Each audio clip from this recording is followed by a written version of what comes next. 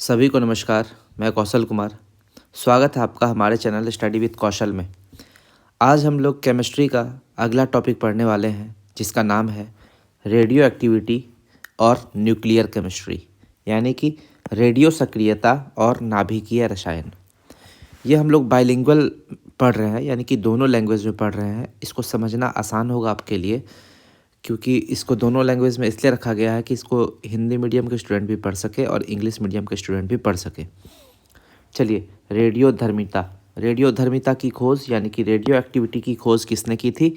Henry Becquerel ने की थी। हेनरी बैक्वेरेल ने की थी कब? 1886 में। 1886 में। हमारी प्रकृति में कुछ ऐसे तत्व होते हैं जिनमें स्वतः विखंडित होकर कुछ किरणों को उत्सर्जित करने का प्रवृत्ति होता है। इन तत्वों को रेडियो एक्टिव एलिमेंट कहते हैं और ऐसे एलिमेंट्स के एग्जाम्पल हैं uranium, thorium, radium, polonium, plutonium. ये होता क्या है? ये एलिमेंट अपने आप ही टूटते हैं, स्वतः विखंडित होते हैं। ठीक है, अपने आप टूटते हैं और जब ये टूटेंगे तो फिर अपने आप में टूटेंगे, यानी कि इनके टूटने की प्रक्रिया जो है कंटिन्यू चलती रहेगी। और जब भी ये टूटेंगे 2 पार्ट या 3 पार्ट में, तो ये कुछ एनर्जी भी निकालते हैं, एनर्जी। और ये एनर्जी बहुत ज़्यादा अमाउंट में होती है, हेवी अमाउंट में होती है, डिजास्ट्रेबल होती है। ठीक है, इतना एनर्जी निकलता है कि ये किसी भी जगह को तबाह बर्बाद करने के लिए सफिशिएंट होता है। और ऐसे एलिमेंट को रेडियो एक्टिव एलिमेंट बोलते हैं। ये बहुत ख़तरनाक होते हैं और इनका यूज़ सेफली से करना बहुत ज़रूरी होता है। ठीक है, जैसे यूरेनियम का बात करते हैं। यूरेनियम जो है ये रेडियो एक्टिव एलिमेंट है, लेकिन ये अपने ओर में पाया जाता है, अयस्क ओर यानी कि अयस्क। तो यूरेनियम का अयस्क होता है पिच ब्लेड। क्या होता है? Pitch blade. थोरियम जो है केरल के तट पर पाया जाता है। केरल, भारत में केरल के तट पर पाया जाता है। विश्व का सबसे ज़्यादा थोरियम भारत में ही पाया जाता है। थोरियम का अयस्क है और है मोनोजाइट। मोनोजाइट सैंड है जो कि केरल के तट पर पाया जाता है। इसी मोनोजाइट सैंड में थोरियम पाया जाता है। ठीक है, अगला रेडियम का बात करते हैं। तो ये भी रेडियो एक्टिव एलिमेंट है। याद रखिएगा, जितने भी रेडियम का एक घड़ी आता था जो रात में चमकता था, ठीक है, रेडियम लगा होता था उसमें। तो रेडियम की खोज की थी किसने? मैरी क्यूरी ने। मैरी क्यूरी, ठीक है, वही मैरी क्यूरी जिनको नोबेल प्राइज मिला था।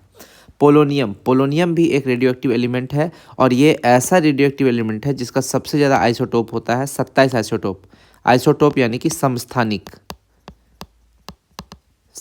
तो ये भी क्वेश्चन आपसे पूछ सकता है कि सबसे ज़्यादा समस्थानिक किसका है? तो पोलोनियम का है। और अगला है प्लूटोनियम। ठीक, तो ऐसे करके बहुत सारा है, ऐसा नहीं यही है। आप इनर्ट गैस में भी देखिएगा तो रेडॉन जो है वो क्या है? रेडियो एक्टिव एलिमेंट है। तो जितने भी ग्रुप हैं है उसका लास्ट वाला एलिमेंट रेडियो एक्टिव होता है। जैसे फर्स्ट ग्रुप 1 का बात करते हैं, हेलिना को रब से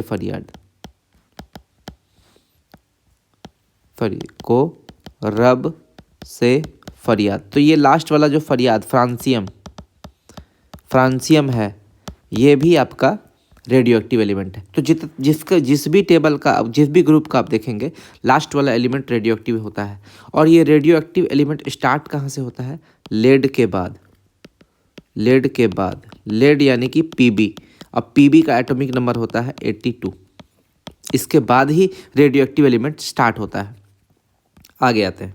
चलिए, कोई भी रेडियो एक्टिव एलिमेंट का तब तक विखंडन होगा जब तक कि उसका न्यूक्लियस स्टेबिलिटी अटेन ना कर ले। जैसे कि ये मान लीजिए रेडियो एक्टिव एलिमेंट यूरेनियम का बात कर रहे हैं। ये टूटेगा 2 पार्ट या 3 पार्ट में, फिर टूटते रहेगा और टूटेगा टूटते एक समय लास्ट में जब वो लेड पर पहुंच जाएगा टूटते, इसका एटॉमिक नंबर है 92।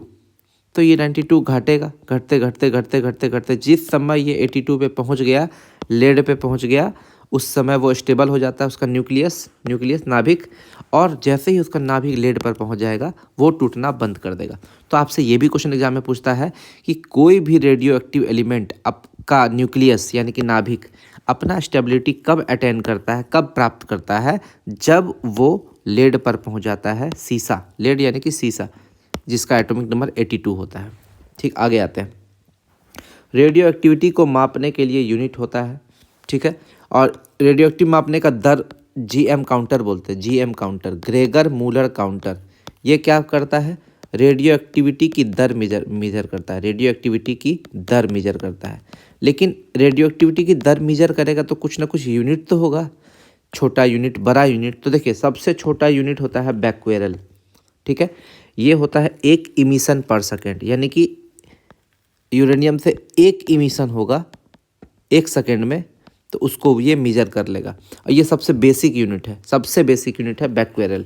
और बैक्वेरल नाम इसलिए पड़ा क्योंकि इसकी खोज किसने की थी? हेनरी बैक्वेरल ने 1886 में, इसलिए इनकी याद में दिया जाता है, ठीक। आगे दूसरा यूनिट है रदरफोर्ड। रदरफोर्ड का जो है ये 10⁶ इमिशन पर सेकेंड। क्योंकि देखिए इमिशन तो बहुत ज़्यादा होता है, तो छोटा यूनिट कभी भी डिस्क्राइब नहीं कर सकता है, तो उसके लिए एक बड़े यूनिट की ज़रूरत पड़ती है जिसका नाम है रदरफोर्ड। और ये रदरफोर्ड की याद में किया जाता है, क्योंकि आगे पढ़ेंगे रदरफोर्ड एक्सपेरिमेंट। फिर मैरी क्यूरी का भी इसमें बहुत योगदान है, तो इसलिए क्यूरी भी एक रेडियो क्या बोलते हैं इसका यूनिट है। क्यूरी क्या है? 3.62 इंटू 10⁻10 इमिशन पर सेकेंड। मतलब समझ सकते हैं बैक्वेरल 1 इमिशन है, ये 10⁶ इमिशन रदरफोर्ड है, और 10⁻10 इमिशन में 3.62 का मल्टीपल ये क्यूरी है। तो ये तीनों को आप याद रखिए, क्या पता आपके एग्जाम में कब पूछ दे, या एक नॉर्मल नॉलेज के लिए भी आपका ज़रूरी है याद रखना। रेडियो एक्टिविटी की दर मापने वाला डिवाइस जो है, यंत्र है, वो GM counter, Gregor Muller counter, ठीक है। आगे रदरफोर्ड एक्सपेरिमेंट का बात करते हैं। रदरफोर्ड ने एक एक्सपेरिमेंट किया था, ये पूरा शीशा का ग्लास ले लिया, ठीक है, शीशा का ग्लास, और इस शीशे के ग्लास में यूरेनियम को भर दिया और हल्का सा छेद छोड़ दिया। ये छेदा है, ये बहुत कम स्पेस है। तो इन्होंने क्या किया, क्या देखा कि इससे कोई ना कोई रे जरूर निकल रहा है, कुछ ना कुछ जरूर निकल रहा है, विखंडित हो रहा है ये। तो यूरेनियम देखा कि ये टूट रहा है, तो क्या टूट रहा है? तो इन्होंने क्या किया, एक तरफ पॉजिटिव प्लेट निकाल दिया, पॉजिटिव प्लेट, और एक तरफ लगा दिया नेगेटिव प्लेट,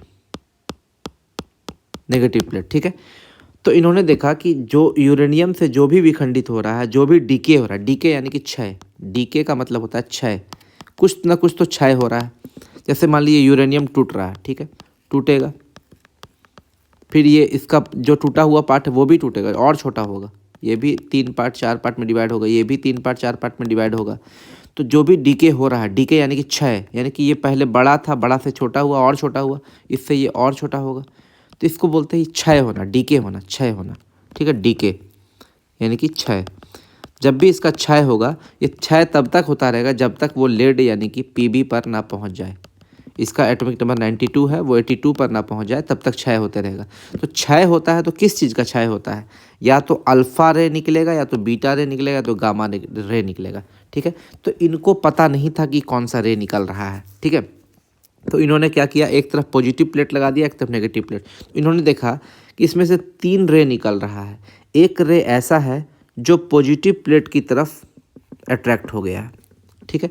तो कोई भी रे पॉजिटिव की तरफ अट्रैक्ट होगा तो वो पक्का नेगेटिव होगा, क्योंकि नेगेटिव ही पॉजिटिव की तरफ जाएगा। तो उस रे को नाम रख दिए बीटा रे, बीटा रे, या इसी को इलेक्ट्रॉन भी बोल देते हैं, इलेक्ट्रॉन। बीटा रे का सारा काम इलेक्ट्रॉन की तरह ही है, जितना भी काम है वो इलेक्ट्रॉन की तरह है। इलेक्ट्रॉन बीम भी इसको बोल सकते हैं आप, बीटा रे, ठीक है। उस एक रे जो होता है वो आपका चला गया किधर, नेगेटिव प्लेट की तरफ, यानी कि वो पक्का पॉजिटिव है, क्योंकि पॉजिटिव ही नेगेटिव तो जाएगा। उसका नाम रख दिया अल्फा रे। अल्फा रे होता क्या है, हीलियम का जो 2 और 4 होता है ना, हीलियम का एटॉमिक नंबर 2 और एटॉमिक मास 4, इसमें से 2 इलेक्ट्रॉन को हटा देंगे तो हीलियम जो है पॉजिटिव हो जाएगा, 2 पॉजिटिव चार्ज आ जाएगा इस पर। इसी को बोलते हैं अल्फा रे, या इसी को हीलियम न्यूक्लियस भी बोलते हैं, हीलियम न्यूक्लियस, क्योंकि इसमें केवल न्यूक्लियस बचा है, इलेक्ट्रॉन हट गया है। 2 इलेक्ट्रॉन था, दोनों इलेक्ट्रॉन को हटा दिए तो सिर्फ हीलियम का न्यूक्लियस बचा। एक रे जो है वो ना तो पॉजिटिव की तरफ गया ना तो नेगेटिव की तरफ गया, वो सीधा चला गया, अनडिफ्लेक्टेड। इस रे को नाम दिया गया अल्फा रे, और ये होता है न्यूट्रल, यानी कि ना इस पे पॉजिटिव चार्ज है ना इस पे नेगेटिव चार्ज है। तो इस तीनों रे का खोज अगर आपसे पूछेगा क्वेश्चन एग्जाम में, अल्फा, बीटा, गामा रे, इस तीनों रे का खोज किसने किया है? तो रदरफोर्ड ने किया है। रदरफोर्ड अपने एक्सपेरिमेंट के द्वारा इस तीनों रे का खोज किया है। लेकिन इन्होंने नाम वाम नहीं रखा था, ठीक है। अल्फ़ा रे, बीटा रे वगैरह नाम इन्होंने बाद में रखा, जो भी रखा होगा। लेकिन आपसे पूछता है गामा रे का नाम किसने रखा? पॉल विलार्ड, पॉल विलार्ड, ठीक है। पूरे डिटेल में गामा रे के बारे में एक्सप्लेनेशन इन्होंने दिया है, ठीक है। लेकिन अगर आपसे ये डायरेक्टली पूछे अल्फ़ा बीटा गामा तीनों एक साथ दिया है, आपको रदरफोर्ड मारना है, रदरफोर्ड। लेकिन सिर्फ गामा रे दिया है तो इसका खोज किया है पॉल विलार्ड। ये भी आपको दिमाग में बैठा लेना है, एग्जाम में आपसे कुछ भी क्वेश्चन पूछ सकता है। अल्फ़ा बीटा तथा गामा रे को रदरफोर्ड रे भी कहा जाता है, क्योंकि ये तीनों एक साथ, जब भी ये तीनों एक साथ आएगा अल्फ़ा बीटा और गामा, ठीक है, आपको रदरफोर्ड आंसर मारना है। आगे आते हैं, तीनों रे के बारे में थोड़ा सा पढ़ लेते हैं अच्छे से। अल्फ़ा रे, बीटा रे और गामा रे। गामा रे का खोज पॉल विलार्ड, ठीक है। इस पे इसको हीलियम न्यूक्लियस बोलते हैं, पॉजिटिव चार्ज है। बीटा रे पे नेगेटिव चार्ज है, इसको इलेक्ट्रॉन भी बोलते हैं, पहले बता चुके हैं। और गामा रे को न्यूट्रल है और ये एक इलेक्ट्रोमैग्नेटिक वेव है, ईएम वेव। आगे समझाएंगे, देखिए यहाँ ईएम वेव हम आपको समझाने वाले आगे। तो पहले तो यहाँ ये समझ लेते हैं कि ईएम वेव है क्या। इलेक्ट्रोमैग्नेटिक वेव ऐसा वेव है जिसको ट्रेवल करने के लिए मीडियम की आवश्यकता नहीं पड़ती है, माध्यम की आवश्यकता नहीं पड़ती है। जैसे साउंड वेव है, साउंड ध्वनि, एक व्यक्ति बोला और एक व्यक्ति सुना, तो ये जब बोलता है और सुनता है उसके लिए हम लोग को मीडियम का आवश्यकता, माध्यम का आवश्यकता है। हवा जो है हमारे में माध्यम है, हवा में जो पार्टिकल है, कण है, वही साउंड को एक पार्ट से दूसरे पार्ट ले जा रहा है। लेकिन इलेक्ट्रोमैग्नेटिक वेव जो है ये एक रेडिएशन है, इसको ट्रैवल करने के लिए माध्यम की आवश्यकता नहीं पड़ती है। आगे आते हैं, अल्फ़ा रे क्या है? एटॉमिक नंबर 2 है और मास नंबर 4 है। जब भी अल्फ़ा रे का डीके होगा, क्षय होगा, एटॉमिक नंबर 2 से और मास नंबर 4 से कम हो जाएगा। ये समझ में आ गया? जैसे मान लीजिए यूरेनियम से अल्फ़ा रे निकला ना, तो यूरेनियम का 92 था, तो एटॉमिक नंबर 2 कम हो जाएगा, 90 हो जाएगा। और मास नंबर 4 कम हो, जैसे मान लीजिए 238 है तो 4 कम हो जाएगा, 234 हो जाएगा। और ये होता है थोरियम, यूरेनियम चेंज हो जाएगा थोरियम पे। आगे, मास लेस देन अल्फा। अब देखिए, हाँ, बीटा रे, बीटा रे जो होता है इसका मास अल्फ़ा रे से कम होता है, ठीक है। अल्फ़ा रे से, ये इलेक्ट्रॉन है तो ऑब्वियस बात है इसका मास कितना होगा?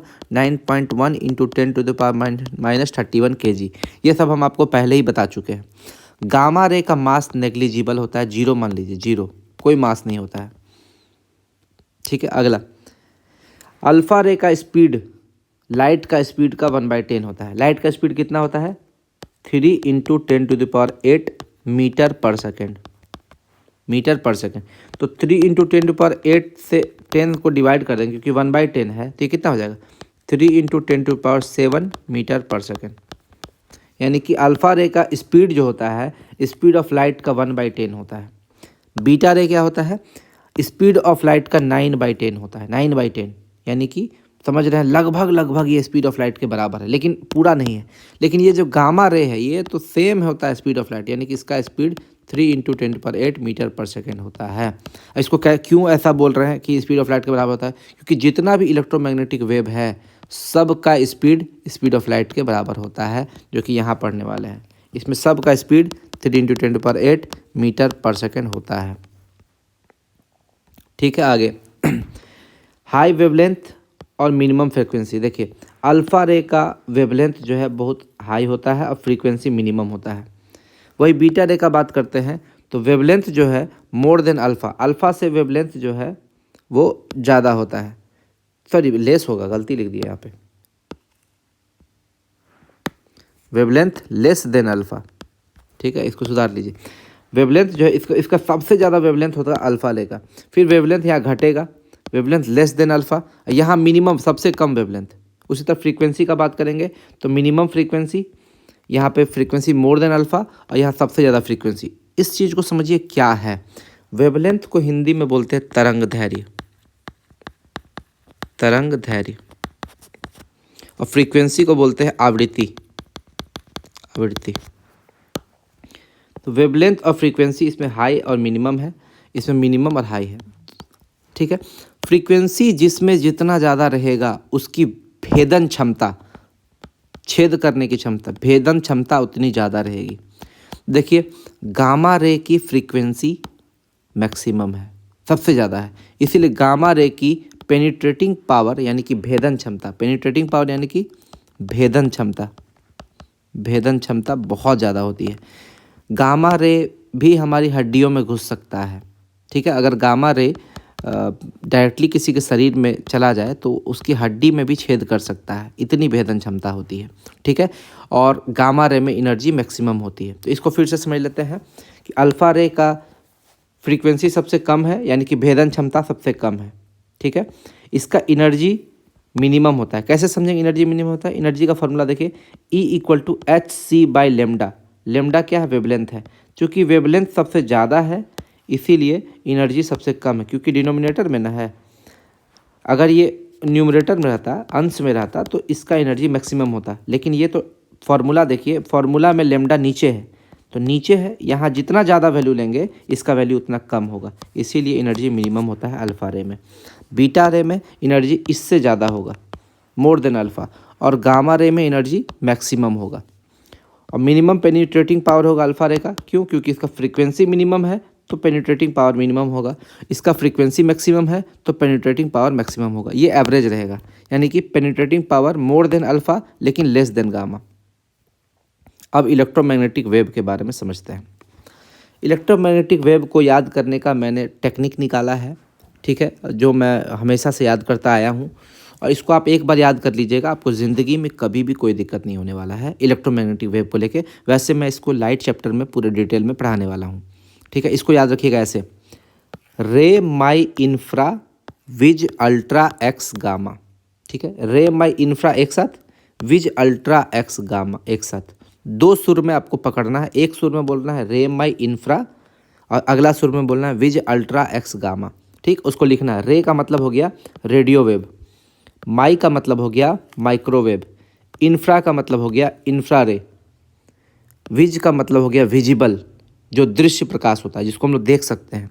अल्ट्रा का मतलब होता है अल्ट्रा वायलेट, एक्स का मतलब होता है एक्स रे, और गामा का मतलब होता है गामा रे, ठीक है। गामा से भी डेंजरस होता है कॉस्मिक रे, जो सन से निकलता है, सन स्टार वगैरह से निकलता है कॉस्मिक रे, ठीक है। अब देखिए, अब अगर हम लोग तरंग दैर्घ्य का बात करते हैं, तरंग दैर्घ्य, ठीक है, तो ये इस सीक्वेंस में ही क्यों याद किए? क्योंकि अगर हम लोग लेफ़्ट से राइट जाएंगे तो वेवलेंथ जो है, वेवलेंथ घटेगा, यानी कि वेवलेंथ इधर राइट टू लेफ़्ट आएंगे तो वेवलेंथ बढ़ेगा, तरंग दैर्घ्य बढ़ेगा, ठीक है। और लेफ़्ट टू राइट जाएंगे तो हमारा फ्रीक्वेंसी बढ़ेगा, आवृत्ति बढ़ेगा। हम लोग अभी पढ़े हैं कि मैक्सिमम फ्रीक्वेंसी किसका होता है? गामा रे का। तो इसमें भी इलेक्ट्रोमैग्नेटिक वेव में भी सबसे ज़्यादा फ्रीक्वेंसी होता है गामा रे का, इसीलिए ये फ्रीक्वेंसी में सबसे राइट मोस्ट है, ठीक है। तो सबसे कम फ्रीक्वेंसी हो गया आपका आवृत्ति रेडियो वेव का, सबसे कम आवृत्ति, और सबसे ज़्यादा फ्रीक्वेंसी हो गया गामा रे का। उसी तरह तरंग दैर्घ्य उल्टा, फ्रीक्वेंसी का उल्टा होता है, यानी कि फ्रीक्वेंसी के इन्वर्सली प्रोपोर्शनल होता है वेवलेंथ, ठीक है। फ्रीक्वेंसी और वेवलेंथ, वेवलेंथ एकदम उल्टा होता है। अगर इसका फ्रीक्वेंसी सबसे ज़्यादा है तो इसका वेवलेंथ सबसे कम होगा, और इसका फ्रीक्वेंसी सबसे, रेडियो वेव का फ्रीक्वेंसी अगर सबसे कम है तो वेवलेंथ सबसे ज़्यादा होगा, ठीक है। उसी तरह विजिबल लाइट का हम लोग को पढ़ना बहुत ज़रूरी है, ठीक है। विजिबल लाइट को हम लोग लिखते हैं विबग्योर, विबग्योर, ठीक है। Violet, indigo, blue, green, yellow, orange, red, ठीक है। यह इसको हिंदी वाला लिखता है बैजानी हपी नाला, बैजानी हपी नाला, यानी कि बैगनी, जामुनी, नीला, हरा, पीला, नारंगी, लाल। तो आपको जैसे लिखना है, लेकिन विबग्योर जो हम लोग लिखते हैं विबग्योर, ठीक है, उसको उल्टा लिख देना है। इधर से लिखेंगे हम लोग VIBGYOR, उल्टा लिखेंगे। इस क्यों उल्टा लिखेंगे? क्योंकि हम लोग को इस सीक्वेंस में तो लाना है।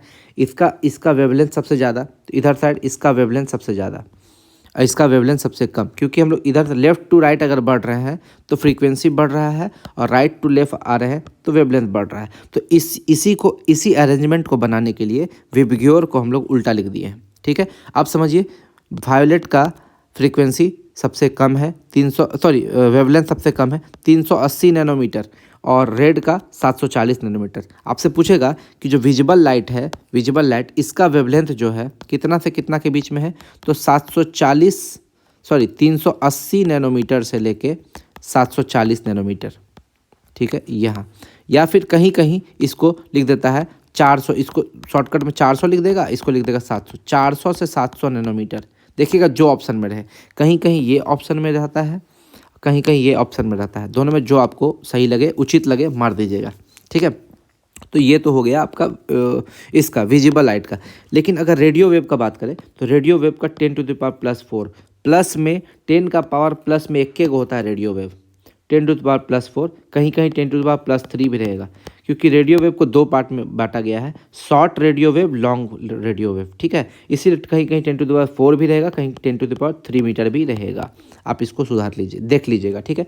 अब होता है नेगेटिव पावर शुरू, तो नेगेटिव बढ़ता जाए 10⁻2, फिर -5, फिर -8, -10, -14। देखिए गामा का वेवलेंथ कितना कम हो जाता है, 10⁻14, 4 से स्टार्ट हुआ था प्लस में, अब माइनस में 14 पर चला गया। तो आपको ये भी समझ में आ जाएगा कि इलेक्ट्रोमैग्नेटिक वेव जो है 10⁻+4 मीटर से लेके 10⁻−14 मीटर तक होता है। ये वेवलेंथ का बात कर रहे हैं। और फ्रीक्वेंसी विजिबल का याद रख, और विजिबल लाइट का भी आपको याद रखना है, 380 से 740 नैनोमीटर। नैनोमीटर का मतलब 10⁻⁹, ठीक है।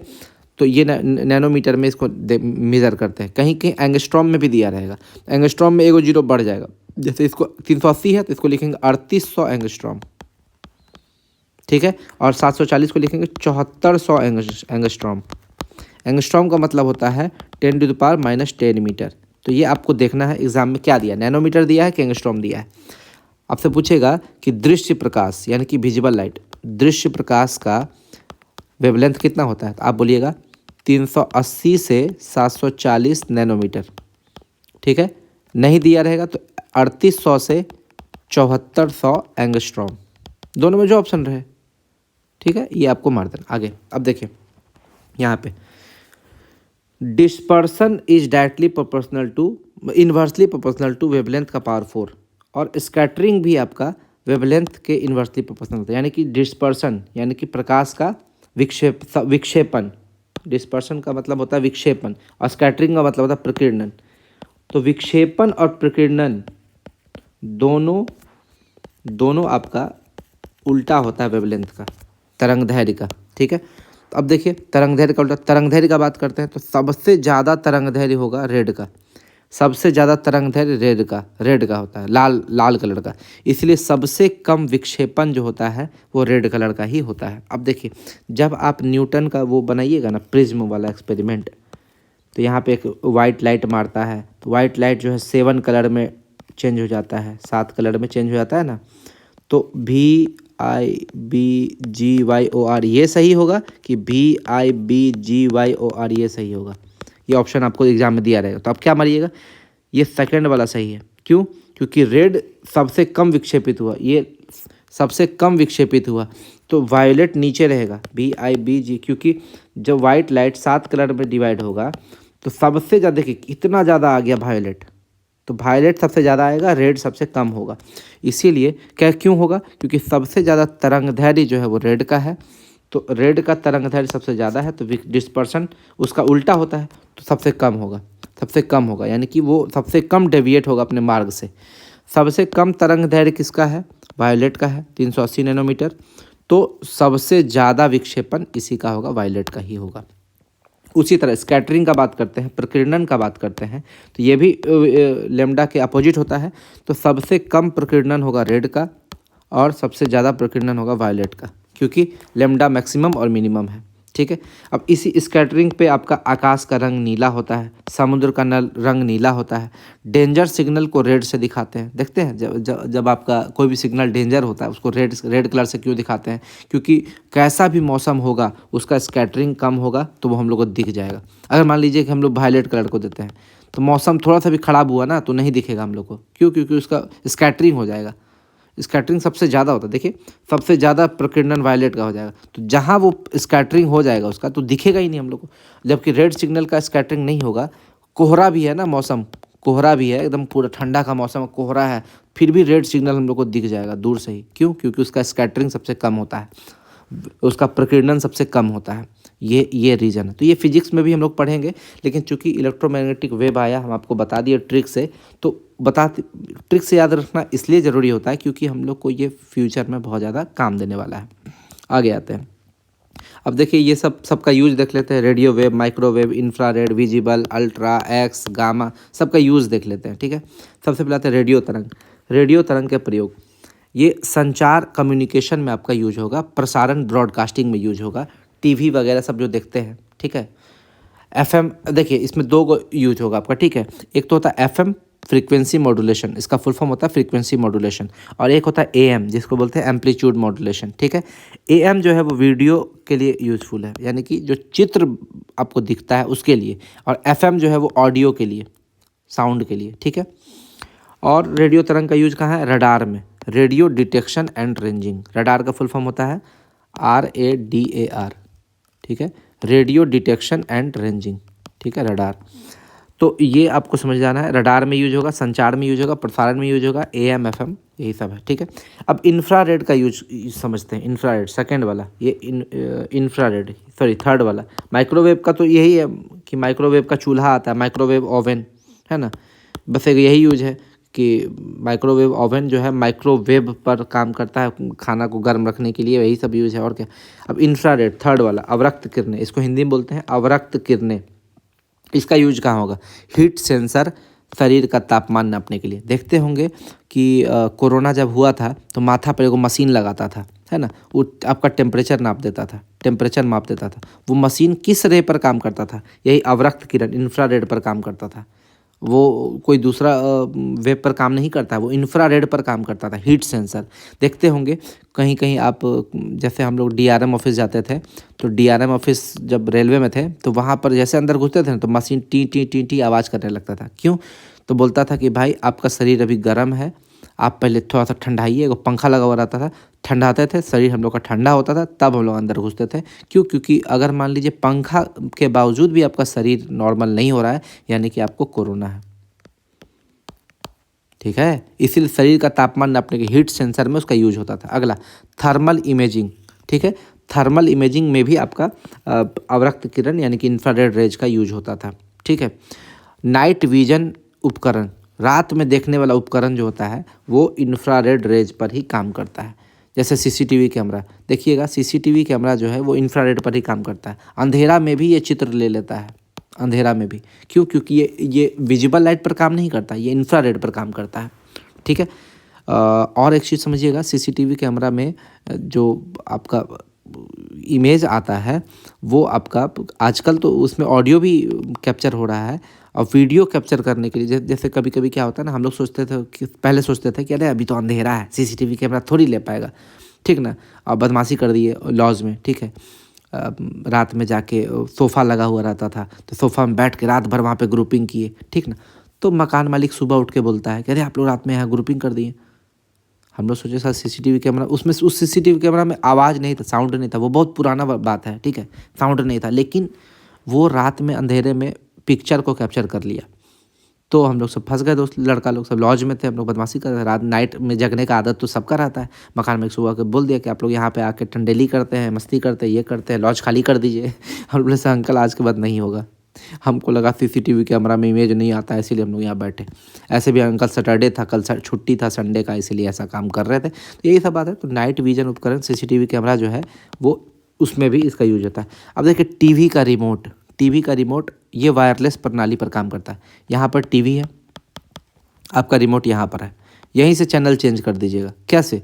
क्योंकि ये बीच में जितना भी इंफ्रारेड है उसके द्वारा ये सिग्नल भेजता है, यानी कि इंफ्रारेड रेज पर ही काम करता है टीवी का रिमोट। अगला, अब देखिए ग्रीन हाउस गैसेज होती है जिसमें आपका carbon dioxide, methane, ozone, N2O, ठीक है, ये जितना भी चीज़, क्लोरोफ्लोरोकार्बन, ये सब है आपका ग्रीन हाउस गैस। ठीक है, तो ग्रीन हाउस गैस और जलवाष्प भी ग्रीन हाउस गैस में आता है। ठीक है, ये सब इंफ्रारेड रेज को अवशोषित कर लेता है, ठीक है, एब्जॉर्व कर लेता है। तो ये क्वेश्चन एग्जाम में पूछा हुआ है, BPSC के एग्जाम में पूछा हुआ है, इसीलिए आपको ये बताना जरूरी हो गया। आगे, पराबैंगनी विकिरण, अल्ट्रावायलेट रेज। ये अल्ट्रावायलेट रेज विटामिन D बनाने में सहायक है। ठीक है, हमारे शरीर में जो विटामिन D, ये भी बहुत तरह का होता है, ultraviolet A, ultraviolet B, ultraviolet C, उतना डिटेल में तो नहीं पढ़ाएंगे आपको, लेकिन हमको पता है एग्जाम में पूछेगा तो 2-3 तरह का होता है, अल्ट्रावायलेट ए, अल्ट्रावायलेट बी और अल्ट्रावायलेट सी। ठीक है, 3 तरह का होता है। त्वचा संबंधी समस्याओं में मददगार होता है ये। ठीक है, यानी कि कुछ कुछ ऐसा डिजीज है जिसमें अल्ट्रावायलेट रे, जैसे सोराइसिस वगैरह में आपका यूवी रे से स्किन ट्रीटमेंट करता है, बहुत जगह ऐसा करता है यूवी रे से, लेकिन यूवी रे का अमाउंट को कम करता है, इंटेंसिटी को कम कर देता है। ठीक है, ज़्यादा करेगा तो फिर तो वो कैंसर हो जाएगा उसे। हार्मफुल बैक्टीरिया को मारने में भी इसका यूज होता है। वो मूवी दिखाया था पैडमैन, पैडमैन। ठीक है, पैडमैन में दिखाया था कि 2 रुपया में सैनिटरी नैपकिन बनाता था। ठीक है, करता क्या था, एक यूवी रे का मशीन खरीदा था, यूवी रे का मशीन, और उसमें पैड को डाल देता था, तो पैड पे जब यूवी रे पड़ता था तो उसका सारा बैक्टीरिया मर जाता था। तो ये उसी फिल्म से हम समझे कि अरे अच्छा ये यूज है। तो अल्ट्रावायलेट रे जो है हार्मफुल बैक्टीरिया को मारने में मदद करता है। स्किन कैंसर और सनबर्न का कारण बनता है। अब देखिए इसका पॉजिटिव इफेक्ट तो 3 को बता दिए, नेगेटिव भी है।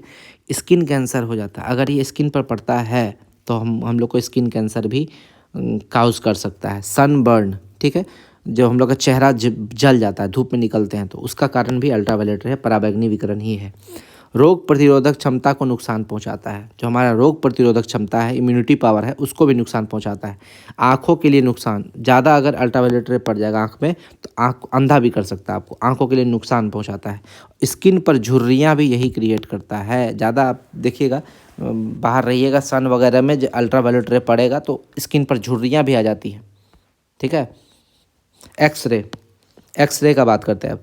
It has high penetrating power but less than gamma ray. ठीक है, देखिए यहाँ पर देखिए, एक्सरे जो है इसका फ्रीक्वेंसी गामा रे से कम है, तो इसीलिए इसका पेनिट्रेटिंग पावर गामा रे से कम होगा, लेकिन बाकी सबसे तो ज़्यादा होगा।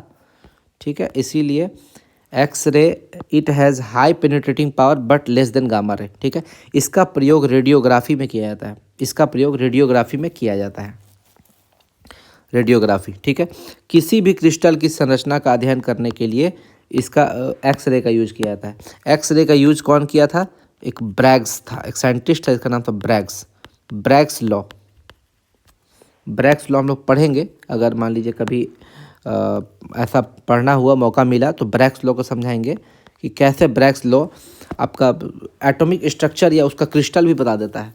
क्रिस्टल कि उसका क्रिस्टल का स्ट्रक्चर क्या है, उसका डिस्टेंस क्या है, दो मॉलिक्यूल के बीच में डिस्टेंस क्या है, ये सब सारा चीज़ बता देता है ब्रैग्स लॉ, है ना।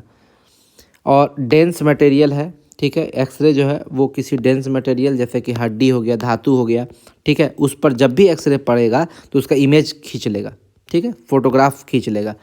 इसका फोटोग्राफ टूटी हड्डी, दांत का चित्र वगैरह बनाने में किया जाता है। इसलिए एक्सरे देखिएगा, हड्डी का भी होता है, दांत का भी होता है, दांत का भी एक्सरे। दांत में एक बार मेरा एक्सरे किया था तो बताया था आपका दांत में कीड़ा लगा हुआ है, तो वो इंटरनल क्या प्रॉब्लम है दांत में, दांत का डेंसिटी वगैरह सब दिख जाता है उसे।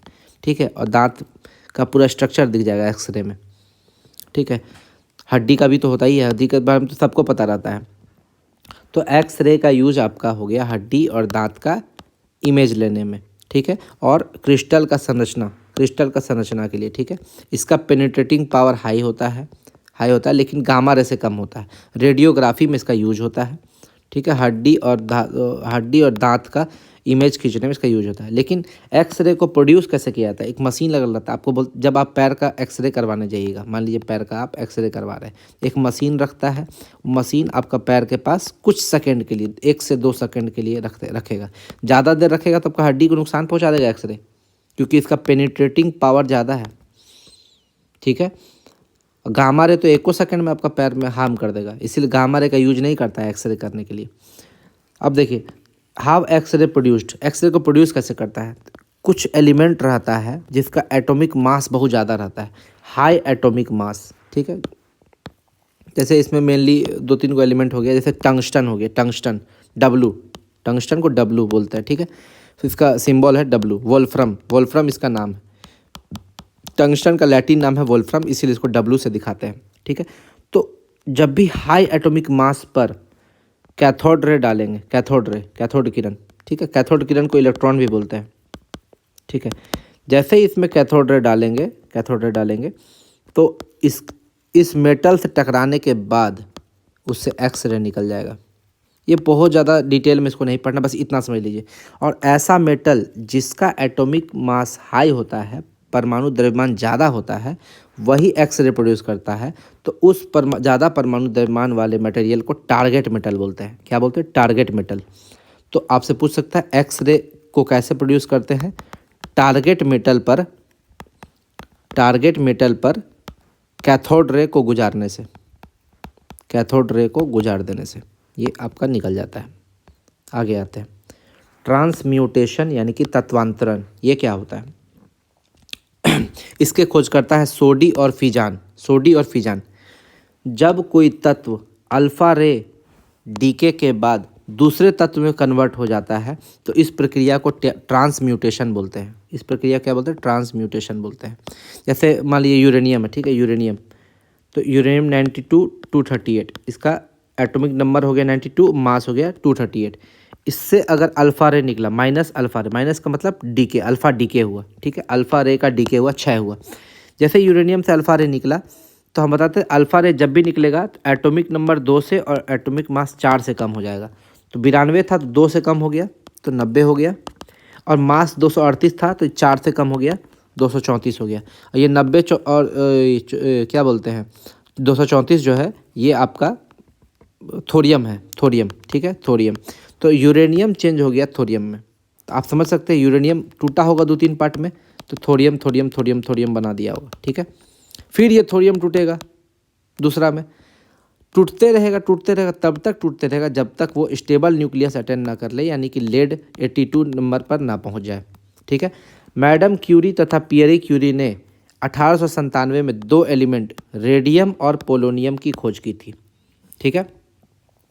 मैडम क्यूरी और उसी के हस्बैंड थे पियरी क्यूरी, ठीक है। इसके लिए 1903 में मैडम क्यूरी, पियरी क्यूरी और हेनरी बैक्वेरेल को नोबेल प्राइज़ दिया गया। क्यों? क्योंकि इन्होंने रेडियो एक्टिविटी के क्षेत्र में काफ़ी बहुत बड़ा योगदान दिया है। अब देखिए आपको मैडम क्यूरी जो है ना, इनको 2 बार नोबेल प्राइज़ मिला है, 2 बार नोबेल प्राइज़ मिला है। तो क्या ऐसे कितने व्यक्ति हैं जिनको 2 बार नोबेल प्राइज़ मिलने वाले कितने व्यक्ति हैं? 4 व्यक्ति हैं। बीसीपीएस ऐसे याद रखिए, ठीक है। तो बी से हो गया बार्डीन, सी से हो गया क्यूरी, पी से हो गया पॉलिंग, एस से हो गया सेंगर। तो जॉन बार्डीन को सबसे पहले नोबेल प्राइज़ मिला था 2 बार नोबेल प्राइज़ मिला। फिर मैरी क्यूरी को 2 बार मिला, एक बार फिजिक्स में एक बार केमिस्ट्री में। लिनस पॉलिंग को 2 बार मिला, ठीक है, और फ्रेडरिक सेंगर को 2 बार मिला। तो ये 4 आदमी हैं जिसको 2 बार नोबेल प्राइज़ मिला है। ये भी आपको याद रखना है। एग्जाम हम देखें कि मैडम क्यूरी का बात आया है, इनको नोबेल प्राइज़ 1903 में मिला है मैडम क्यूरी को। तो बता देते हैं किसको किसको मिला है। तो ये मेरे माइंड में था, बता दिए। अब देखिए आप बता हाफ लाइफ टाइम क्या होता है? हाफ लाइफ टाइम वो चीज़ होता है, जैसे मान लीजिए कि यूरेनियम है, ठीक है, यूरेनियम ये 100 ग्राम है, ठीक है, 100 ग्राम। अब ये टूटेगा टूटते कितना टाइम लगेगा इसको 50 ग्राम होने में, ठीक है। यानी कि उसका जितना भी परमाणु जितना भी है, उस वो परमाणु को उसका आधा होने में जितना भी समय लगेगा वो उसका हाफ लाइफ टाइम कहलाता है। वह समय जितने समय में किसी तत्व के परमाणुओं की संख्या प्रारंभिक मान की आधी रह जाए, इसको हम लोग क्या बोलते हैं? Half life time. तो ये सब आपको फार्मूला तो याद नहीं रखना है, n=n0e⁻ इसको फार्मूला प्रूफ करके लास्ट में खाली ये याद रखना है, ये वाला याद रखना है, ठीक है। ये ऐसे ऐसे करके ये डेराइव हुआ, तो इसको खाली याद रखना है कि टी हाफ यानी कि हाफ लाइफ टाइम =0.693 बटा लेमडा, ठीक है। यानी कि लेमडा को वो वेवलेंथ मत समझिएगा, लेमडा को बोलते हैं डीके कांस्टेंट, क्षय नियतांक। क्या बोलते हैं? क्षय नियतांक लेमडा, या इसको इमिशन कांस्टेंट भी बोलते हैं। इमिशन जो रेडिएशन इमिट होता है निकलता है, तो उसी का इमिशन कांस्टेंट बोलते हैं लेमडा को, या डीके कांस्टेंट बोलते हैं, ठीक है। और ये हर एलिमेंट के लिए अलग होगा डीके कांस्टेंट। यूरेनियम के लिए अलग होगा, थोरियम के लिए अलग होगा, आपका पोलोनियम के लिए अलग होगा, प्लूटोनियम के लिए अलग होगा, हर एलिमेंट के लिए अलग होगा। इसीलिए हर एलिमेंट का हाफ लाइफ टाइम भी अलग होगा। ये हाफ लाइफ टाइम सिर्फ और सिर्फ लेमडा पर ही डिपेंड करता है, डीके कांस्टेंट पर ही डिपेंड करता है। सभी तत्वों के लिए लेमडा का मान अलग अलग होता है, इसलिए सभी तत्वों के लिए हाफ लाइफ टाइम का मान भी अलग अलग होगा। जैसे देखिए, जैसे आपको रेडियम के लिए, रेडियम 1950 साल, यानी कि रेडियम जो है ये जितना भी इसका एलिमेंट है 100% है, इसका एटम को 50% होने में कितना साल लगेगा? 1950 वर्ष लगेगा। यानी कि 1950 साल में ये अपना जितना भी वो है उसको पूरा आधा टूट जाएगा। यानी कि मान लीजिए 100 ग्राम रेडियम लिए, ठीक है, 100 ग्राम रेडियम लिए, ठीक है, ये 50 ग्राम कब होगा? 1950 साल लगेगा। यानी कि पूरा पृथ्वी को तबाह करके ही ये दम लेगा। थोरियम का बात करते हैं तो 1.4 इंटू 10⁻18 वर्ष लगेगा। यानी कि समझ रहे हैं, ये अपना इतना टाइम लगेगा इसको आधा होने में। अपना जितना भी मटेरियल है 100 ग्राम ले लिए तब तो समझो खत्म ही नहीं होगा, क्योंकि 100 ग्राम से 50 ग्राम होने में इसको इतना वर्ष लगे, फिर 50 ग्राम से 25 ग्राम होने में इसको इतना टाइम लगेगा। तो इतना टाइम कोई जिएगा? एक आदमी तो 100 साल जीता है, कितना 100 साल इसमें आ जाएगा? 100 गुने 100 गुने 18 बार आ जाएगा, 9 बार आ जाएगा, तब 10⁻18 होगा। यूरेनियम का बात करते हैं तो इसका हाफ लाइफ है 4.46 इंटू 10⁻10 ईयर। पोलोनियम का बात करते हैं तो 10⁻⁻4 सेकंड। देखिए इसको साला 1 सेकंड भी नहीं लग रहा है, इसको पोलोनियम को 1 सेकंड भी नहीं लग रहा है अपना आधा गुजरने में। सबसे ज़्यादा खतरनाक है। यानी कि अभी 100 ग्राम है, अब 1 सेकंड नहीं हुआ 50 ग्राम हो जाएगा। यानी कि कितना जल्दी, एकदम चुटकी भर में पूरा देश को तबाह कर देगा। ये समय भी नहीं लगेगा, इसको टाइम भी नहीं लगेगा। इसीलिए पोलोनियम सबसे खतरनाक माना जाता है, क्योंकि इसका हाफ लाइफ टाइम जो है 10⁻⁻4 सेकंड है। हाफ लाइफ टाइम जितना कम होगा वो पदार्थ उतना ही ज़्यादा डेंजरस होगा, उतना ही ज़्यादा डेंजरस होगा। क्यों? क्योंकि वो तुरंत अपना आधा टूट जाएगा ना। जैसे टूटने से दिक्कत क्या है? देखिए जैसे मान लीजिए यूरेनियम है, ये टूटा 4 पार्ट में, फिर ये टूटा, लेकिन क्या ये सिर्फ टूटता है? नहीं, ये जैसे ही टूटेगा ना 2 पार्ट 3 पार्ट में, उसके साथ एक बहुत बड़ा अमाउंट में एनर्जी भी निकालता है। एनर्जी, रेडिएशन निकालेगा। जैसे जापान में बम गिरा था, एटम बम, हिरोशिमा और नागासाकी में, हिरोशिमा और नागासाकी, ठीक है। बहुत अभी भी उसका बच्चा लंगड़ा पैदा, अभी तक उसका इफेक्ट है, वो ख़त्म थोड़ी होता है जो भी गिरा था उसमें। तो आप समझिए कि वो एक रेडिएशन है, रेडिएशन वो जल्दी ख़त्म नहीं होता है, ठीक है। और वो आपका जीन तक चेंज कर देगा, जीन भी चेंज करने की क्षमता रखता है। बच्चा पैदा होगा तो लूल्हा लंगड़ा पैदा होगा, अभी भी पैदा होता है जापान में, हिरोशिमा नागासाकी और इसके आसपास का जितना भी एरिया है वहाँ पर। तो ये बहुत डेंजरस है, बहुत डेंजरस, इसका असर जल्दी ख़त्म नहीं होता है। आगे, भारतीय परमाणु कार्यक्रम के जनक कौन है? होमी जहांगीर भाभा, होमी जहांगीर भाभा। भारतीय अंतरिक्ष कार्यक्रम के जनक कौन है? विक्रम साराभाई। बार्क क्या होता है? भाभा एटॉमिक रिसर्च सेंटर, और ये कहाँ पर है? ट्रॉम्बे, मुंबई। इसका हेडक्वार्टर कहाँ है? ट्रॉम्बे, मुंबई में। VSSC, Vikram Sarabhai space centre, Thiruvananthapuram, Kerala में। देखिए परमाणु कार्यक्रम का जनक तो है भाभा, और अंतरिक्ष कार्यक्रम का विक्रम साराभाई।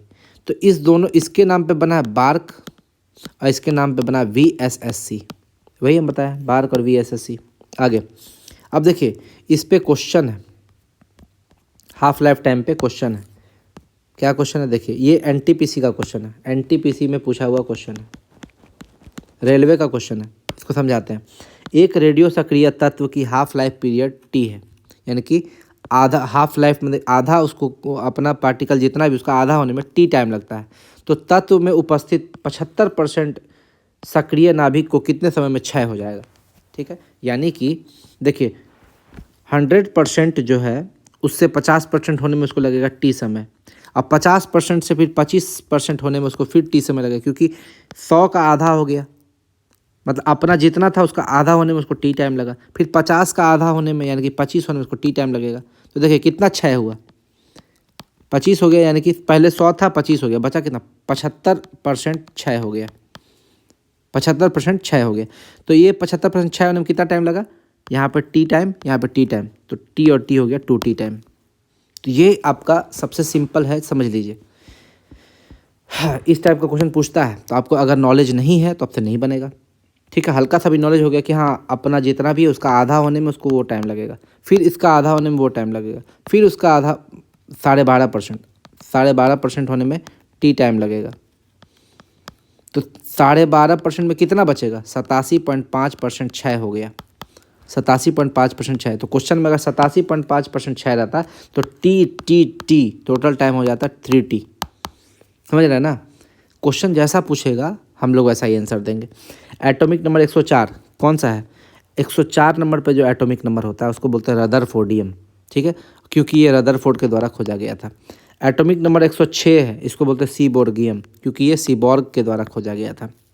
तो कुछ कुछ साइंटिस्ट के नाम पे, जैसे कि आपका पोलोनियम जो है ये मैरी क्यूरी के नाम पे खोजा गया। मैरी क्यूरी जो है ये डिस्कवर की थी, लेकिन इसका नाम पोलोनियम क्यों पड़ा? क्योंकि मैरी क्यूरी पोलैंड की रहने वाली थी।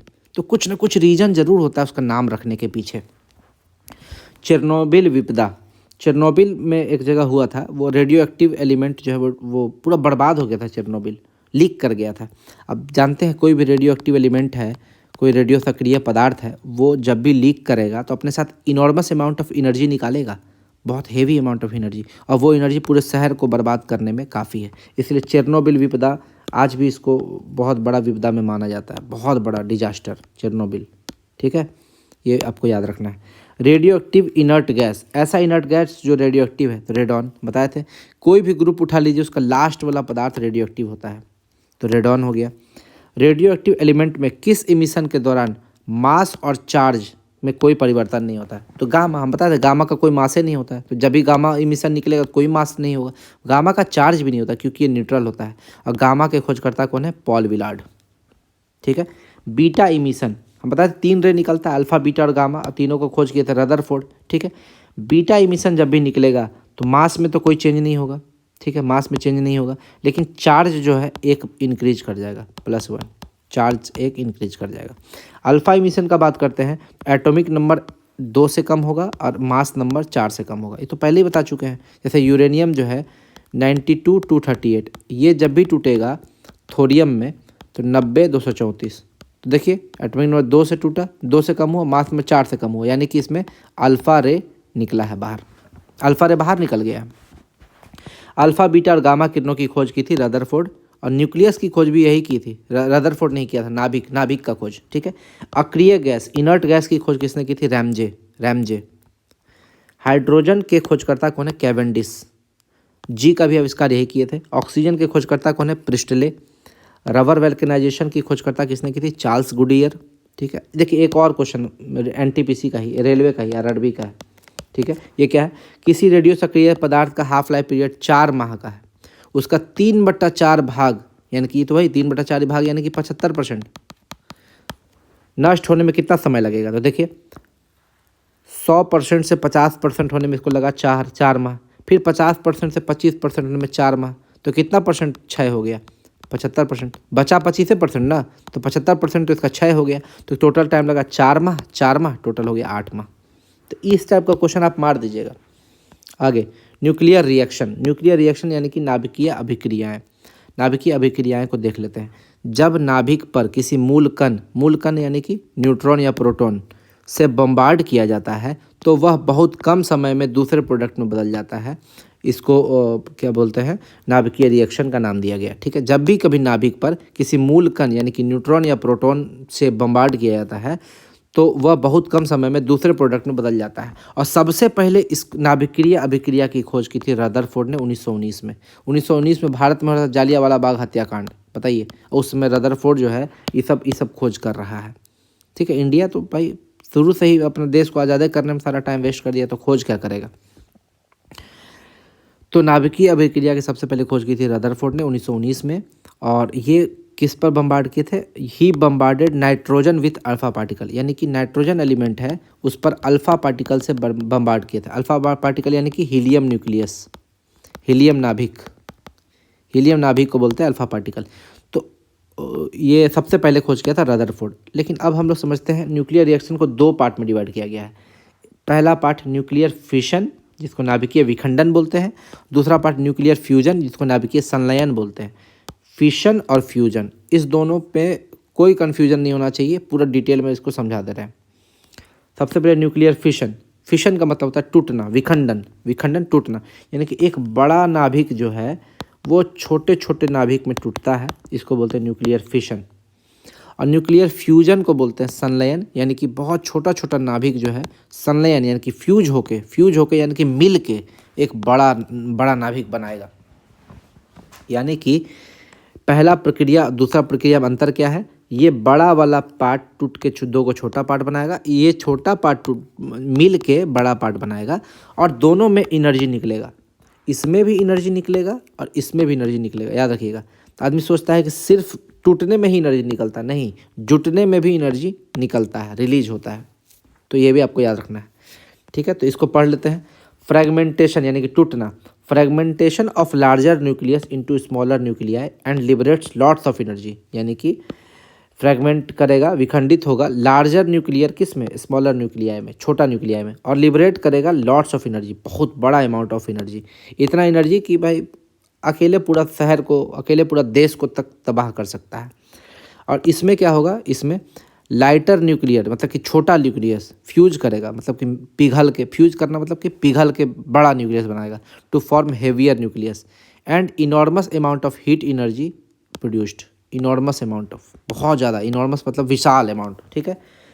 और इसमें क्या होता है, देखिए, जब भी कोई चीज़ टूटेगा तो मास में कमी होगी, यानी कि द्रव्यमान में कमी होगी। कितना कमी होगी, जैसे यहाँ पे ये 90 था ना, और ये दोनों को टूटना चाहिए था 45 टूटना चाहिए था ना, लेकिन एक्चुअली ऐसा होता नहीं है। ये साइंटिस्ट लोग जो थे उन्होंने बताया, ऑटो हॉर्न ने बताया कि ये जो 90 अगर मान लीजिए इसका वेट है, मान लीजिए इसका वेट है 92, तो ये टूटेगा दो पार्ट में, 92 kg है, या फिर मान लीजिए इसको 100 kg है, ठीक है। तो 100 kg है और दो पार्ट में टूटा है, तो इसको 50 kg हो जाना चाहिए था। लेकिन एक्चुअली होता क्या है, ये 50 kg और 50 kg नहीं होता है, उससे कुछ कम होता है। मान लीजिए 49 और 49 हुआ, तो मास जो है कुछ ना कुछ 100 से, अब इसको जोड़िएगा तो 98 हो रहा है, तो भाई दो गो मास कहाँ गया, यही दो मास एनर्जी बनाने में खर्च हो गया, समझे। तो उसी को बोलते हैं E = डेल्टा mc², जो आइंस्टाइन ने दिया था।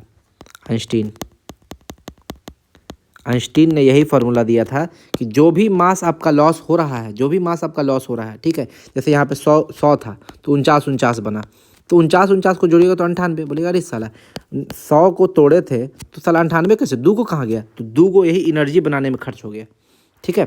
तो वही डेल्टा एम जो होता है, डेल्टा एम वो यही होता है लॉस इन मास में जो लॉस हुआ है। उसी तरह यहाँ पे ये 49 है, ये 50 है, ये 50 है, ठीक है। तो 50 इसको 100 होना चाहिए था, 100 नहीं होगा, ये 98 ही होगा, तो दो को कहाँ गया, एनर्जी बनाने में, वही E = mc²। दोनों में सेम चीज़ है, इस चीज़ को आपको समझना पड़ेगा। तो इसमें क्या होता है, मास में वृद्धि होता है, यानी कि मास में कमी होता है, इसमें मास में वृद्धि होता है, अच्छा वृद्धि हो जाता है, 49 है तो इसको 98 होना चाहिए था, 100 हो जाएगा। तो जितना भी मास में वृद्धि हुआ दो गो, वो यही एनर्जी बनाने के कारण हुआ, ठीक है। आगे आते हैं, न्यूक्लियर फिशन यानी कि विखंडन, इससे बनाया जाता है एटम बम, ठीक है। एटम बम भी नाभिकीय विखंडन के सिद्धांत पर काम करता है, एटम बम, ठीक है। और ये नाभिकीय संलयन पे क्या काम करता है, हाइड्रोजन बम, ठीक है। एटम बम के खोजकर्ता कौन है, ओपेनहेमर, ठीक है। कहीं कहीं आपको ऑटो हॉर्न भी दे देता है, क्यों देता है ऑटो हॉर्न, क्योंकि ऑटो हॉर्न ने खोज किया था किसका, न्यूक्लियर फिशन का, विखंडन का।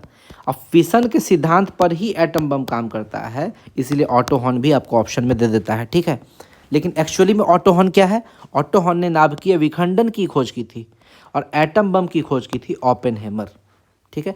चूंकि एटम बम नाभिकीय विखंडन के सिद्धांत पर ही काम करता है, इसीलिए ऑटो हॉर्न भी कभी कभी ऑप्शन में दे देगा। इसीलिए आपको याद रखना, एटम बम के खोजकर्ता में ओपेनहेमर मारना है फर्स्ट चॉइस, पहला चॉइस आपको यही मारना है, लेकिन सेकंड चॉइस इसको मारना है, ठीक है। अगर ओपेनहेमर ऑप्शन में ना रहे तो ऑटो हॉर्न मारना है, ठीक। उसी तरह हाइड्रोजन बम के खोजकर्ता है एडवर्ड टेलर, ठीक है। एक चीज़ और समझिएगा, सूर्य और तारों की ऊर्जा का स्रोत भी नाभिकीय संलयन है, यानी कि सूर्य का निर्माण भी जो है नाभिकीय संलयन से ही हुआ है, न्यूक्लियर फ्यूजन से ही हुआ है। तो आपको समझ गए। फिशन का बात करेंगे तो एटम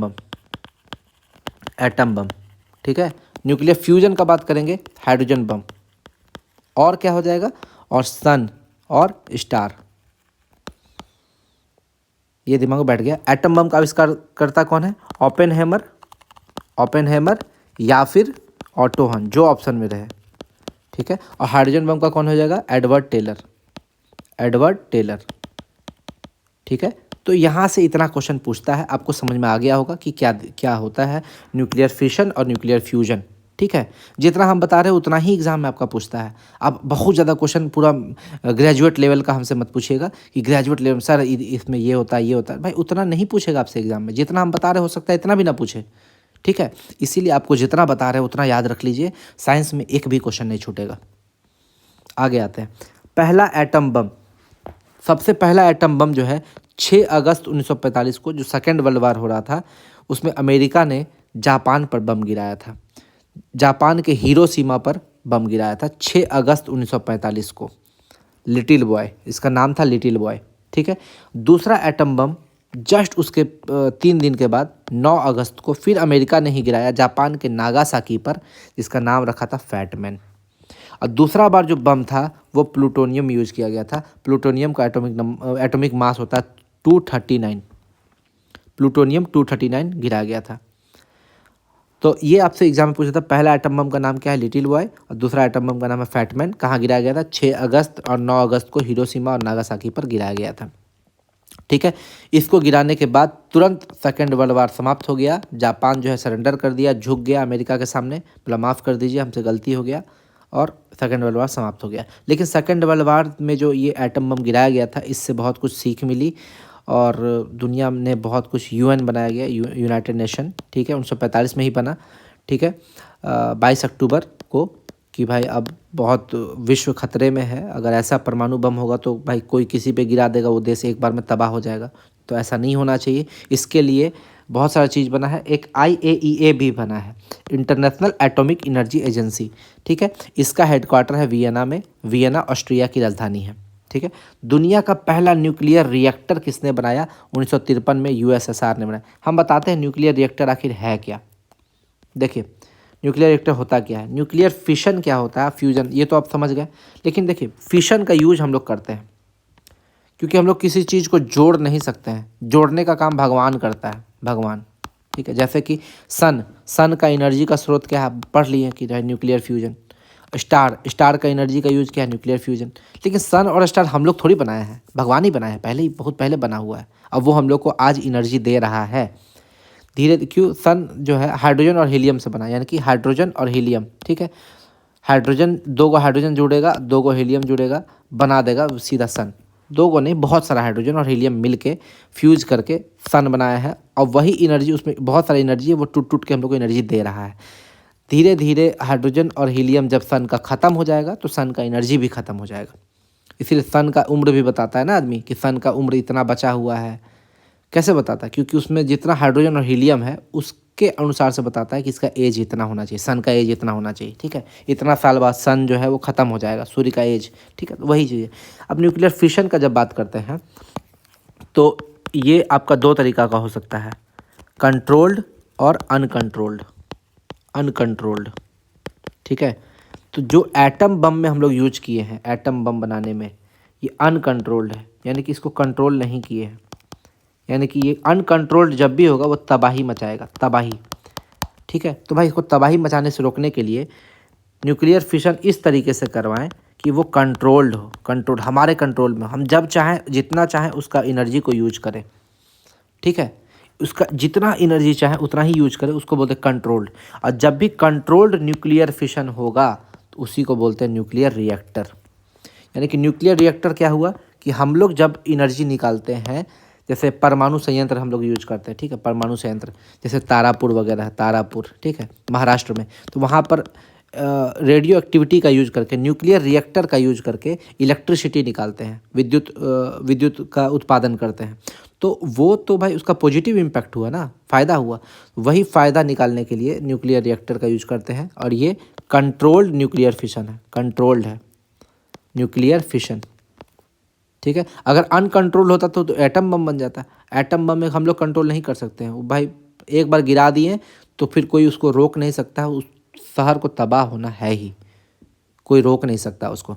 लेकिन कंट्रोल्ड में क्या है, हम लोग पहले से ही प्रिकॉशन करेंगे, पहले से ही सारा प्रिपरेशन करके रखेंगे, मशीन बनाएंगे, जब भी वो फूटेगा तो उसको फूटने नहीं देंगे, कंट्रोल करके रखेंगे, कंट्रोल रड का यूज करेंगे, कंट्रोल रड बेरियम, बोरोन और कैडमियम, ठीक है। उसमें मॉडरेटर का यूज करेंगे, मॉडरेटर में ग्रेफाइट रड और आपका D2 हेवी वाटर का यूज करेंगे। तो ये सब चीज़ यूज होता है न्यूक्लियर रिएक्टर में, जो जो आपका क्या बोलते हैं, यूरेनियम को टूटने नहीं देगा, है ना। यूरेनियम टूट रहा है, एनर्जी वो डिजास्टर क्रिएट कर रहा है, तो उसको स्लो कर देगा कि भाई तुम रुको, धीरे धीरे निकलो, जितना हमको एनर्जी का जरूरत है उतना एनर्जी तुम निकालो।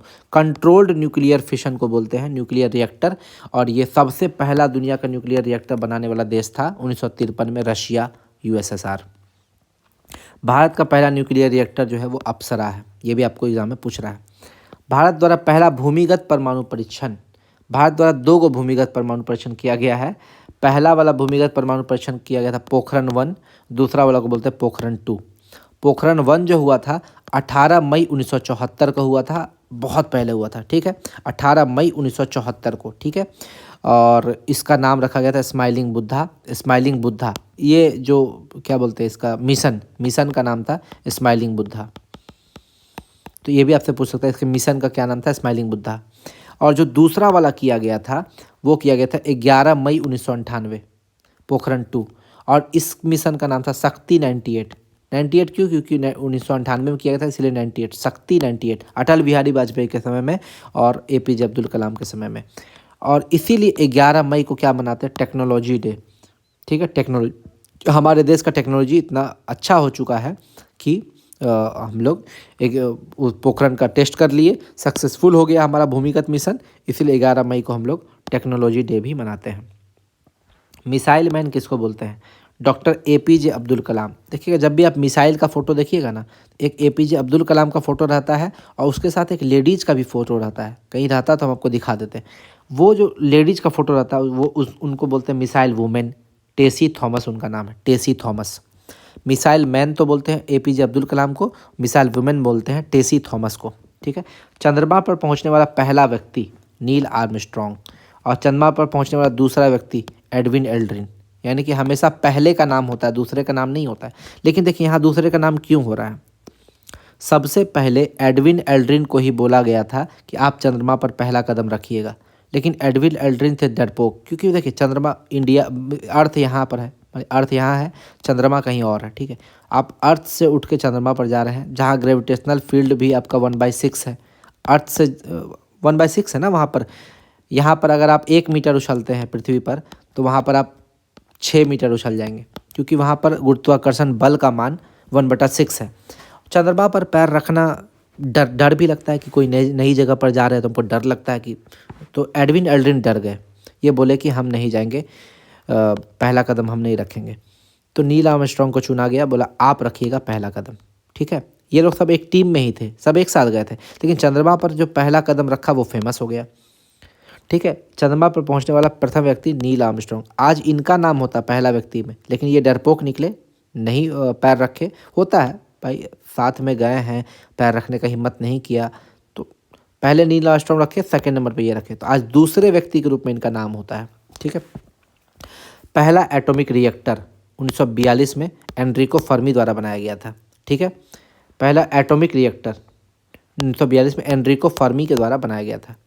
यही फर्मी के नाम पे फर्मी मीटर जो आप पढ़ते हैं ना, फर्मी मीटर जो 10⁻⁻15 मीटर, इन्हीं के नाम पे होता है। न्यूक्लियस का साइज़ यही होता है, न्यूक्लियस का साइज, ये फर्मी मीटर बोलते हैं हम लोग। तो यही एनरिको फर्मी के द्वारा 1942 में एटॉमिक रिएक्टर का खोज किया गया था, इसको याद रख लेना। आगे आते हैं, टाइप्स ऑफ न्यूक्लियर फिशन 2 तरह का होता है, एक अनकंट्रोल्ड और कंट्रोल्ड। हम पहले बता चुके हैं, लेकिन इसको आप समझा देते हैं। अनकंट्रोल्ड में क्या होता है, इसमें बहुत बड़ी मात्रा में हीट एनर्जी निकलती है, जिसको आप कंट्रोल नहीं कर सकते हैं, तथा यह प्रक्रिया तब तक चलती रहती है जब तक कि रेडियो सक्रिय पदार्थ पूर्णतः समाप्त न हो जाए या स्टेबिलिटी अटेंड न कर ले लेड पर। एग्जाम्पल में एटम बम, एटम बम को आप कंट्रोल नहीं कर सकते हैं, अगर एक बार स्टार्ट हो गया तो जब तक वो पूरा तक समाप्त नहीं हो जाएगा या फिर स्टेबिलिटी, लेड पर स्टेबिलिटी न प्राप्त कर ले, तब तक वो नहीं रुकेगा। तो एग्जाम्पल में एटम बम है, ठीक है। लेकिन कंट्रोल्ड न्यूक्लियर फिशन में क्या होगा, कंट्रोल्ड है ये, इसको हम लोग कंट्रोल करके रखे हैं, इसका यूज करते हैं न्यूक्लियर रिएक्टर बनाने में, ठीक है। विखंडन अभिक्रिया, जो भी हम लोग न्यूक्लियर फिशन का मतलब क्या है, नाभिकीय विखंडन, तो इसमें होता क्या है, विखंडन अभिक्रिया की दर को इस प्रकार से कंट्रोल करते, नियंत्रित करते हैं कि जो भी रिलीज एनर्जी होगा उसका कंस्ट्रक्टिव पर्पस के लिए यूज किया जाए। जैसे कंस्ट्रक्टिव पर्पस क्या हुआ, विद्युत उत्पन्न करने में, विद्युत उत्पन्न करने में, इसलिए आप देखते होंगे न्यूक्लियर रिएक्टर में आपका विद्युत उत्पन्न किया जाता है। इसमें देखिए 3 गो न्यूट्रॉन रहेगा, तो 3 गो न्यूट्रॉन में से 2 गो न्यूट्रॉन को एब्जॉर्ब हो जाता है। कौन एब्जॉर्ब करता है, उसके लिए कंट्रोल रड का यूज करते हैं। तो कंट्रोल रड में किसका यूज होगा, कैडमियम और बोरोन रड, तो इसको बोलते हैं कंट्रोल रड। क्या बोलते हैं, कंट्रोल रड, कंट्रोल रड का यूज होता है। कंट्रोल रड में 2 गो रड होगा, एक तो कैडमियम रड और एक बोरोन रड, ठीक है। और इसमें कूलेंट के रूप में, जैसे ये बहुत जल्दी जल्दी हीट हो जाता है, हीट हो जाता है, तुरंत हीट हो जाएगा, क्योंकि इससे हीट एनर्जी निकलता है, तो कूल करना पड़ता है समय समय पर, तो कूलेंट के रूप में CO2 और H2O का यूज भी किया जाता है। CO2 और H2O, कभी कभी D2O, H2O की जगह D2O भी दिया जाएगा, D2O, ठीक है। D2O का यूज भी होता है कूलेंट के रूप में, तो कूलेंट को CO2, H2O या D2O जो भी रहेगा कूलेंट के रूप में यूज होता है। अगला मॉडरेटर के रूप में, यानी कि मंदक के रूप में D2O और ग्रेफाइट रड का यूज किया जाता है। मंदक, मंदक क्या करता है, न्यूट्रॉन की गति को कम कर देता है। अब देखिए इसमें न्यूट्रॉन का क्या यूज है, न्यूट्रॉन का क्या यूज है। मान लीजिए यूरेनियम है, यूरेनियम टूटा 2 पार्ट या 3 पार्ट में टूटा, इससे निकलेगा 3 गो न्यूट्रॉन निकलेगा, 3 गो न्यूट्रॉन, ठीक है। ये 3 गो न्यूट्रॉन क्या करेगा, एगो इसमें जाएगा, एगो इसमें जाएगा, एगो इसमें जाएगा, फिर से इसको तोड़ देगा, ठीक है। यानी कि एक टूटा 3 में, एगो न्यूट्रॉन इसको मिला, एगो न्यूट्रॉन इसको मिला, एगो न्यूट्रॉन इसको मिला, फिर टूट जाएगा ये 3 गो में, फिर एगो न्यूट्रॉन इसको मिलेगा, एगो न्यूट्रॉन इसको मिलेगा, एगो न्यूट्रॉन इसको मिलेगा, फिर ये सब टूटते रहेगा, कंटिन्यूसली टूटता ही रहेगा, वो कभी रुकेगा ही नहीं टूटने का चेन। तो 3 गो न्यूट्रॉन में से 2 गो न्यूट्रॉन को कौन ऑब्जर्व कर लेता है, कैडमियम और बोरोन रड, यानी कि जो वो टूट रहा था 3 गो न्यूट्रॉन, तो अब एक गो न्यूट्रॉन बचा, यही टूटेगा। अब ये दोनों का टूटना बंद, बोले थे ना 3 गो न्यूट्रॉन में से 2 गो का ऑब्जर्व कर लिया, तो सिर्फ यही वाला टूटेगा, ये वाला, ये दोनों टूटेगा नहीं। अब ये दोनों अब नहीं टूटेगा, सिर्फ ये टूटेगा। इसका इस ये भी टूटेगा, क्या अपने मन से नहीं टूटेगा, इसको स्लो कर देगा। कौन स्लो करेगा, मॉडरेटर। ये क्या करता है, न्यूट्रॉन की गति को कम कर देता है, यानी कि ये जब इसमें पहुंचा, ठीक है, 3 गो न्यूट्रॉन था, ख़त्म कर दिया 2 गो को, बचा एगो न्यूट्रॉन को यहाँ तक पहुँचने में टाइम लग जाएगा, स्लो कर देगा, धीरे आराम से तोड़ेगा इसको, धीरे धीरे। तो वो स्लो कौन करेगा, न्यूट्रॉन की गति को कम कौन करेगा, ये DTO, जिसको हैवी वाटर बोलते हैं, या फिर ग्रेफाइट, यही दोनों स्लो करने का काम करेगा, इसलिए इसको मॉडरेटर या मंदक बोलते हैं, मॉडरेटर बोलते हैं या मंदक बोलते हैं। तो ये कंट्रोल न्यूक्लियर फिशन का यूज होता है न्यूक्लियर रिएक्टर में, और हम लोग जब चाहे जैसे चाहे उस हिसाब से हम लोग अपना एनर्जी निकाल सकते हैं, ठीक है। देखें हम लोग भाई अपने हिसाब से उसको कंट्रोल करके काम कर रहे हैं, तो न्यूक्लियर रिएक्टर में इसका यूज होगा। आगे आते हैं कुछ इंडिया का न्यूक्लियर पावर प्लांट के बारे में देख लेते हैं। तारापुर सबसे पहला पावर प्लांट है, 1969 में बना था महाराष्ट्र में। कहाँ बना था, महाराष्ट्र में। रावत भाटा राजस्थान में, कुडनकुलम तमिलनाडु में, कैगा कर्नाटक में, कैगा कर्नाटक में, काकरापार गुजरात, कलपक्कम तमिलनाडु, नरोरा यूपी, ठीक है। तो इसको आपको याद रखना पड़ेगा, बार बार एग्जाम में आपका स्टैटिक जीके का पोर्शन हो जाता है, और इसको आपको याद रखना पड़ेगा, ठीक है। तारापुर और जैतापुर भी है महाराष्ट्र में, तो यहाँ पे लिख देते हैं तारापुर और जैतापुर। तो पूर्व वर्ड आ गया महाराष्ट्र, ठीक है। तो ये हो गया तारापुर और जैतापुर महाराष्ट्र हो गया। देखला रावत भाटा, तो रॉ से रावत भाटा, रॉ से राजस्थान, ठीक है, कोई दिक्कत नहीं। कुडनकुलम तमिलनाडु, कुडनकुलम तमिलनाडु। तो देखिए डॉ वर्ड आया, तमिलनाडु में भी डॉ वर्ड आ रहा है, कुडन तमिलनाडु, डू है ना, कुडनकुलम ऐसे करके। कौ से कैगा, कौ से कर्नाटक, कैगा कर्नाटक। काकरा पार, गुजरात के पार, देखिए गुजरात के पार तो नदी है, काकरा पार गुजरात के पार, आप जैसे भी आपको रिलेट करना है। नरोड़ा, धरोड़ा यूपी, ठीक है, नरोड़ा यूपी।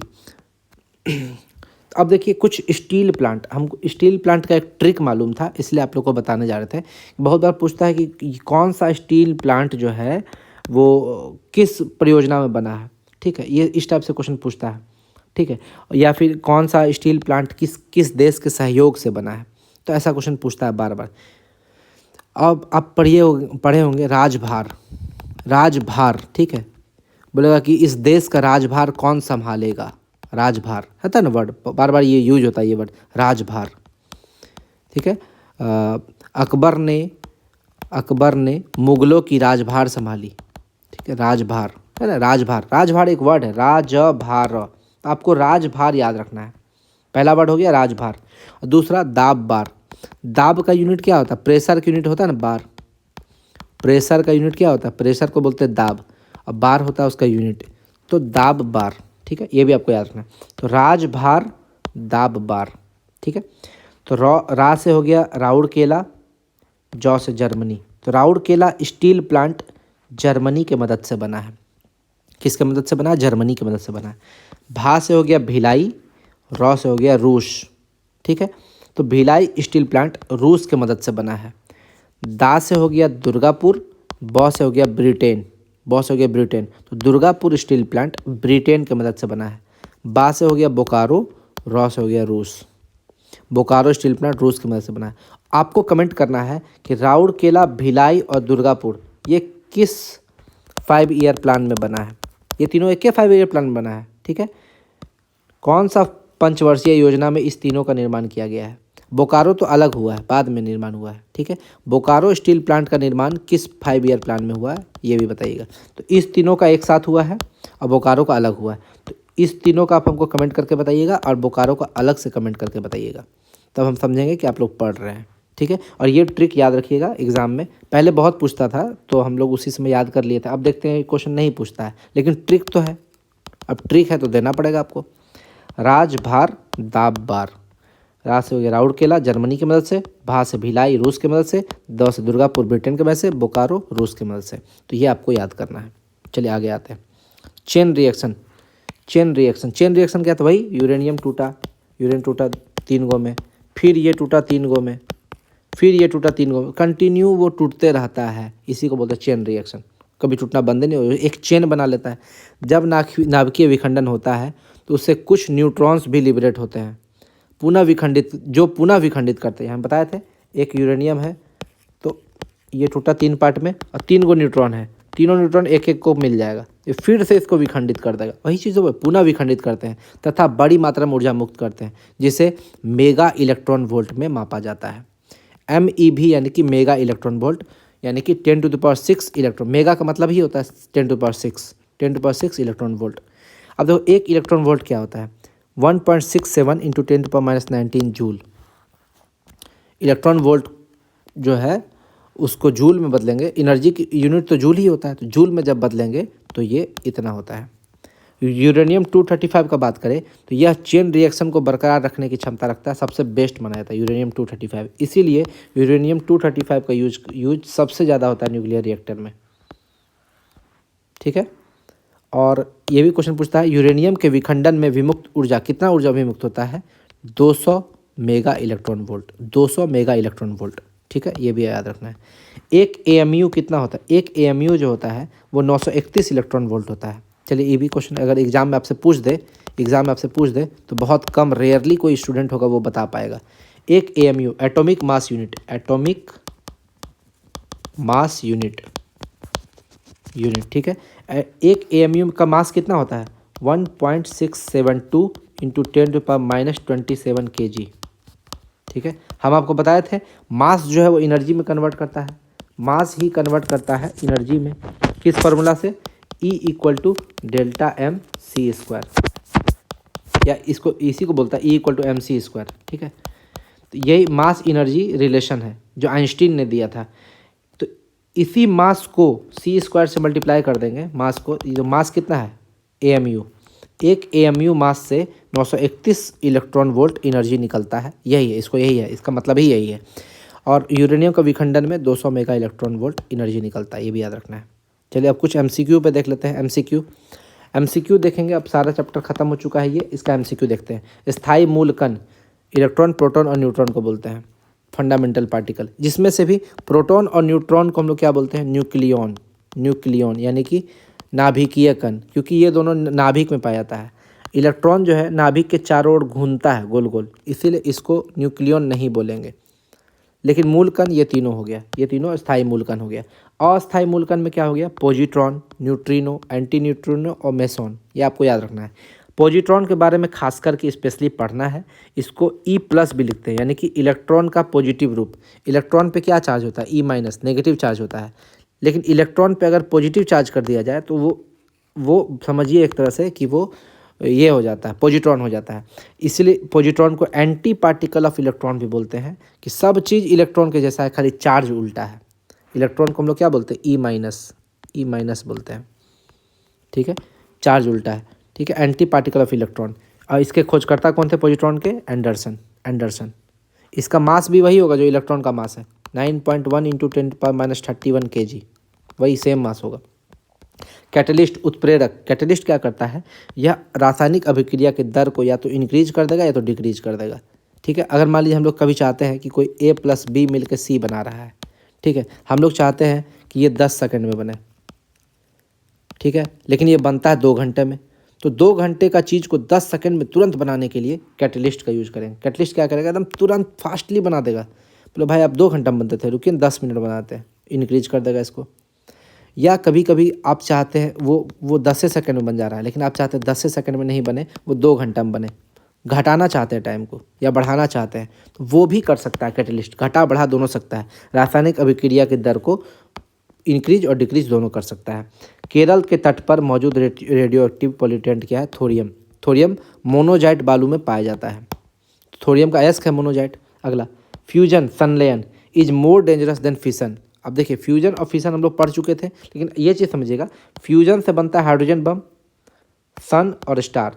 हाइड्रोजन बम, सन और स्टार का कारण क्या है, फ्यूजन, संलयन, लेकिन ये ज़्यादा डेंजरस है, ठीक है। इसीलिए आपसे क्वेश्चन पूछता है कि एटम बम ज़्यादा खतरनाक है कि हाइड्रोजन बम, हाइड्रोजन बम ज़्यादा खतरनाक है, ठीक है। चॉकलेट स्वास्थ्य के लिए हानिकारक होता है, क्यों, क्योंकि चॉकलेट में सीसा होता है, लेड, Pb82, पीबी की मौजूदगी के कारण कैंसर भी क्रिएट कर सकता है।